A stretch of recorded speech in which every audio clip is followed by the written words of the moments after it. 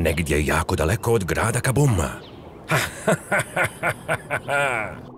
Zli doktor Čomper ima svoj tajni laboratorij. Ja sam jedinstven. S ovom formulom moje moći bit će 1000 puta jače. Spremno. Izvolite, moj mali.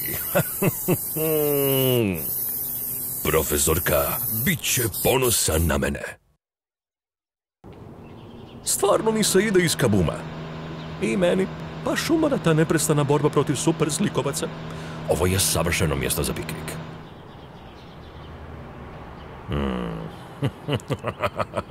Došlo je vrijeme da isprobam eksperiment.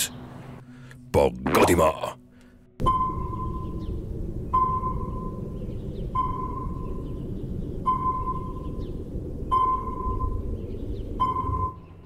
Wow! Ovo je fantastično! Kakav pogled!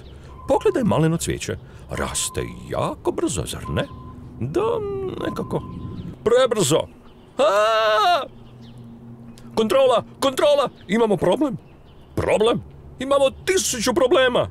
O, moj Bože! Samo se nadam da su vegetarijanci. Hej, ja imam žitarice. Ups. U općim četvrtinama nebeske jedinice. Pokušajte izdržati, šaljemo rezervni tim. Na putu sam.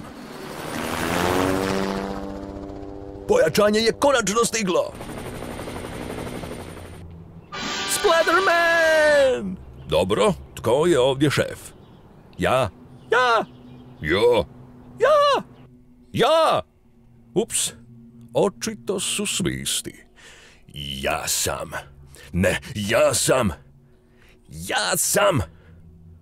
Okej, jedan problem manje. Ja sam šef. Ne, ja sam. Samo ti sanjaj.